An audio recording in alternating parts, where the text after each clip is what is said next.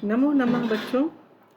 पिछले लेक्चर में आप सभी ने कवि सूरदास जी रचित विनय वात्सल्य पदों को पढ़ा था। आज आप लोग भ्रमर गीत के पदों का अध्ययन करेंगे। भ्रमर गीत। इस पद्यांश में बच्चों सूरदास जी द्वारा रचित भ्रमर गीत के विषय में पढ़ाया गया है। इसमें गोपियों को ज्ञान एवं योग का संदेश देते हुए उद्धव जब मथुरा पहुंचकर गोपियों का संदेश श्री कृष्ण को देते हैं और उन्हें व्रज के बारे में बताते हैं, तो उनकी बातें सुनकर श्री कृष्ण को भी ब्रज की याद सताने लगती है। उद्धव मोहि ब्रज बिसरत नाही, हंस सुता की सुंदर कगरी, अरु कुंजन की छाही, वै सुरभि वै बक्ष दोहिनी, खरिक दुहावन जाही। ग्वाल बाल मिल करत कुलाहल, नाचत गही गही बाही, यह मथुरा कंजन की नगरी, मन मुक्ता हल जाही। जबहि सुरति आवत वा सुख की, जी उमगत तन नाही। अनंगन भांति करी बहु लीला, जसुदा नंद निबाही, सूरदास प्रभु रहे मौन होई, यह कही कही पछताई। उद्धव मोहि ब्रज बिसरत नाही। श्री कृष्ण जी कहते हैं कि हे उद्धव, मुझे ब्रज बिसरता नहीं है, अर्थात मैं ब्रज को भुला नहीं पा रहा हूँ। हंस सुता की सुंदर कगरी। हंस सुता यमुना, हंस सुता कहते हैं यमुना नदी को। हंस सुता की सुंदर कगरी अर्थात यमुना की सुंदर किनारा, कगरी किनारा। अर कुंजन की छाही और कुंजों की छाह। वह सुरभि वही बच्छ दोहिनी, वो गाय, वो बछड़े का बच्छ दोहिनी अर्थात गाय का दोहना, दोहिनी यहाँ मटकी को कहा गया, दोहने की मटकी। वह बक्ष दोहिनी, बच्छ दोहिनी अर्थात दूध दोहने वाली मटकी। खरिक दुहावन जाही। खरिक बाड़ा, बाड़ा में दोहने जाना।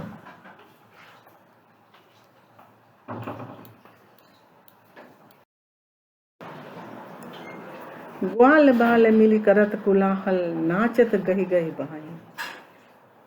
ग्वाल बाल मिल, ग्वाल और बाल सब मिल करके कुलाहल शोर मचाना, ग्वाल बालों का मिल करके शोर मचाना।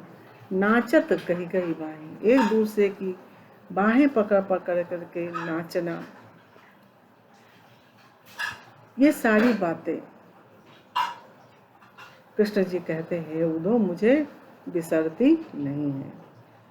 वह मथुरा कंचन की नगरी, मन मुक्ता हल जाही। यह मथुरा कंचन की नगरी, स्वर्ण निर्मित वो मथुरा नगरी, मन मुक्ता हल जाहे। मुक्ता हल मणि और मोतियों से जो निर्मित है, ऐसी सोने की मथुरा नगरी। जबहि सुरति आवति वा सुख की, जी उमगत तन नाही।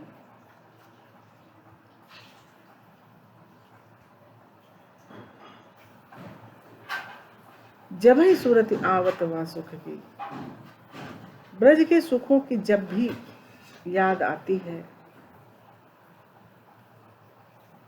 तो हृदय उमड़ने लगता है, तन नहीं, और मन व्याकुल होने लगता है।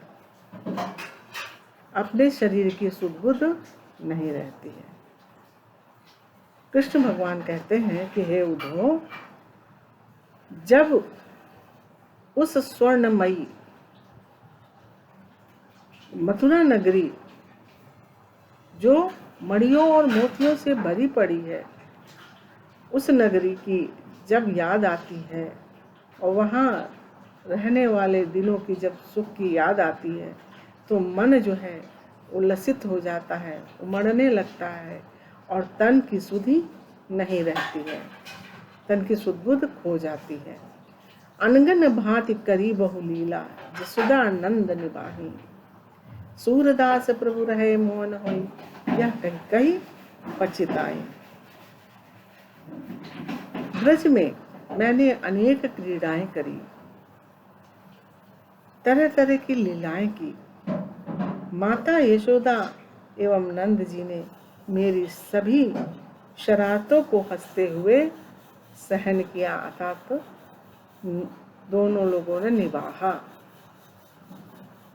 सूरदास प्रभु रहे मन हुई। सूरदास जी कहते हैं कि इतना कहकर श्री कृष्ण जी चुप हो गए और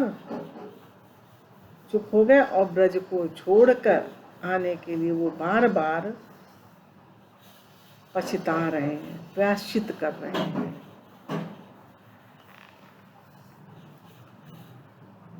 दूसरा पद देखिए बच्चों, बिन गोपाल बैरिन भई कुंजई, तब वही लता लगत तन शीतल, अब भई विषम ज्वाल की पुंजई। वृथा बहती यमुना खग बोलत, वृथा कमल फूलन अलि गुंजई। पवन पान घन सार सजीवन, दधि सुत किरणी भानु भई भुंजई। यह उद्धव कहियौ माधव सौ, मदन मार कीन्ही हम लुंजई। सूरदास प्रभु तुम्हारे दरस को, मग जोवत अखियां भई छुंझई।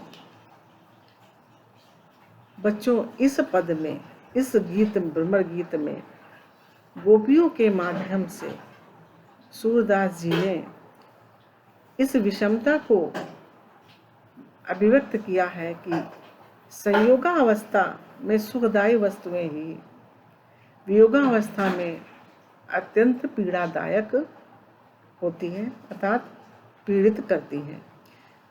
इसी दुख को व्यक्त करते हुए गोपियां उद्धव को बता रही हैं कि कृष्ण के वियोग में यह प्रकृति भी दुखदायी लग रही है। बिन गोपाल बैरिन भई कुंजई। गोपियां उद्धव से कहती हैं कि हे उद्धव, बिना गोपाल के ये कुंज अर्थात गलियां हमें शत्रु के समान लगती हैं, बैरिन लगती हैं, दुश्मन लगती हैं। तब वही लता लगत तन शीतल, अब भई विषम ज्वाल की पुंजई। जो लताएं कभी तन को शीतल रखती थी, तन को शीतलता प्रदान करती थी, अब वही लताएं जो हैं श्री कृष्ण के वियोग में, अब वही लताएं भयंकर आग की पुंज लग रही हैं, आग का समूह लगती हैं, अर्थात जलाती हैं। वृथा बहती जमुना खग बोलत, वृथा कमल फूलनी अलि गुंजई। ऐसा लगता है कि यमुना नदी जो है व्यर्थ ही बहती है, पक्षी व्यर्थ ही बोलते हैं और कमल के फूलों पर भौरे व्यर्थ ही गुंजार करते हैं। पवन पान घन सार सजीवन, दधि सुत किरण भानु भई भुंजई। पवन वायु अर्थात हवा, पान पानी, घनसार कपूर, सजीवन दधिसुत, दधिसुत चंद्रमा, दधिसुत का अर्थ है चंद्रमा। चंद्रमा की किरणें भानु भई भुंजे, चंद्रमा की किरणें मानो भानु बन गई हैं और अर्थात उनकी किरणें सूर्य बन करके जलाए दे रही हैं, भूंजे दे रही हैं शरीर को। या उधव कहियौ माधव सौ, मदन मार कीन्ही हम लुंजे। अंत में गोपियां कहती हैं कि हे उद्धव, कृष्ण जी से कहियो जा करके, माधव से कहना जा करके कि कामदेव ने, उनके विरह में कामदेव ने हमें मार मार करके लुंज बना दिया है, अर्थात हमारे अंग प्रत्यंग को ढीला कर दिया है, तोड़ दिया है। सूरदास प्रभु तुम्हारे दरस कहूं, मग जोवत अखियां भई झुंझे। सूरदास जी कहते हैं, अंत में गोपियां उद्धव को संदेश देते हुए कहती हैं कि हे उद्धव, प्रभु से कहना कि तुम्हारे दर्शन को राह देखते देखते ये नेत्र जो हैं वो क्षीण हो गए हैं, आंखों की दृष्टि भी क्षीण हो गई है, कम हो गई है। बच्चों, अब अगला भ्रमर गीत देखिए, तीसरा। हमारे हरि हारिल की लकड़ी, मन क्रम वचन नंद नंदन उर, यह दृढ़ करी पकड़ी। मन जगत जागत सोवत स्वप्न दिवस निसी, कान कान जकरी। सुनत जोग लागत है ऐसे हो, ज्यों करई करुई ककरी। सूतो व्याधि हमको लई आयो, देखी सुनी न करी। यह तो सूरति नहीं लई सौंपो, जिनके मन चकरी। बच्चों, ये गीत जो है इम्पोर्टेंट है। इस गीत में गोपियां श्री कृष्ण के प्रति अपने अनन्य प्रेम को व्यक्त करती हुई कहती हैं, उद्धव को निर्गुण ब्रह्म की सारहीनता बतलाती हुई कहती हैं तथा विभिन्न तर्क देकर अपनी बात को वह सिद्ध करती हैं। हमारे हरि हारिल की लकड़ी। गोपियां उद्धव से कहती हैं कि जो हमारे हरि हैं, अर्थात हमारे जो प्रभु हैं, वो हारिल की लकड़ी हैं। हारिल कहते हैं बच्चों एक पक्षी को जो सदैव सूखी लकड़ी या तिनका सहारा अपने पंजों में दबाए रहता है, उसको कभी भी वो छोड़ता नहीं। यहाँ पर गोपियां भी प्रभु के विषय में उद्धव से कहती हैं कि वो प्रभु हमारे जो हैं वो हारिल, हमारे लिए हारिल की लकड़ी है, अर्थात वो हमारा आश्रय है। उनको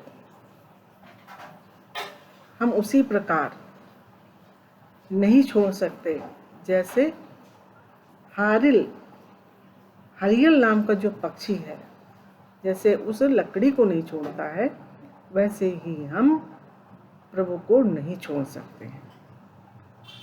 मन क्रम बचन नंद नंदन उर, यह दृढ़ करी पकड़ी। मन क्रम वचन से नंद नंदन को हम लोगों ने अपने उर में दृढ़ कर अथवा मजबूती से पकड़ लिया है, अतः हृदय में बसा लिया है। जागत सोवत स्वप्न दिवस निसी कान कान जकरी। जागते हुए, सोते हुए, स्वप्न में, दिन में, निसी रात्रि में काना काना कह करके रटती हूँ, पुकारती हूँ। सुनत जोग लागत है ऐसो ज्यों करुई ककरी।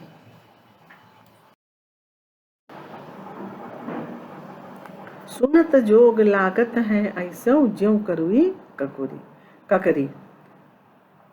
हे उद्धव,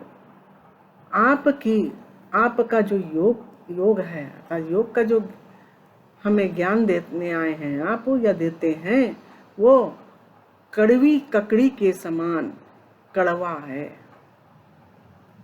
कड़वा लगता है। सूतो व्याधि हमको लई आयो, देखी सुनी न करी।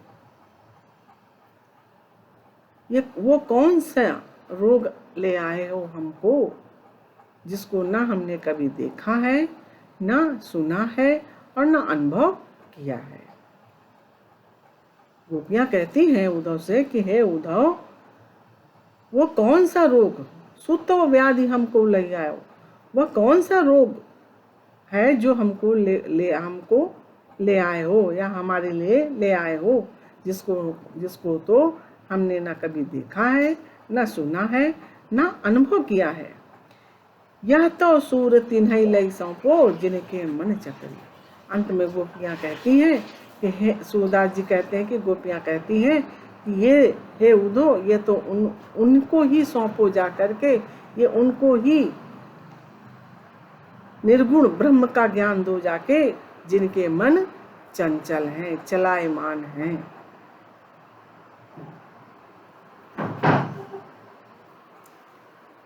बच्चों, इस पद में ज्ञान योग या ज्ञान साधना पर भक्ति योग या भक्ति साधना की प्रधानता प्रमुखता से व्यक्त की गई है। बच्चों, आज का लेक्चर हम यहीं पर समाप्त करते हैं। इसके आगे के पद अगले लेक्चर में हम आपको पढ़ाएंगे। धन्यवाद बच्चों।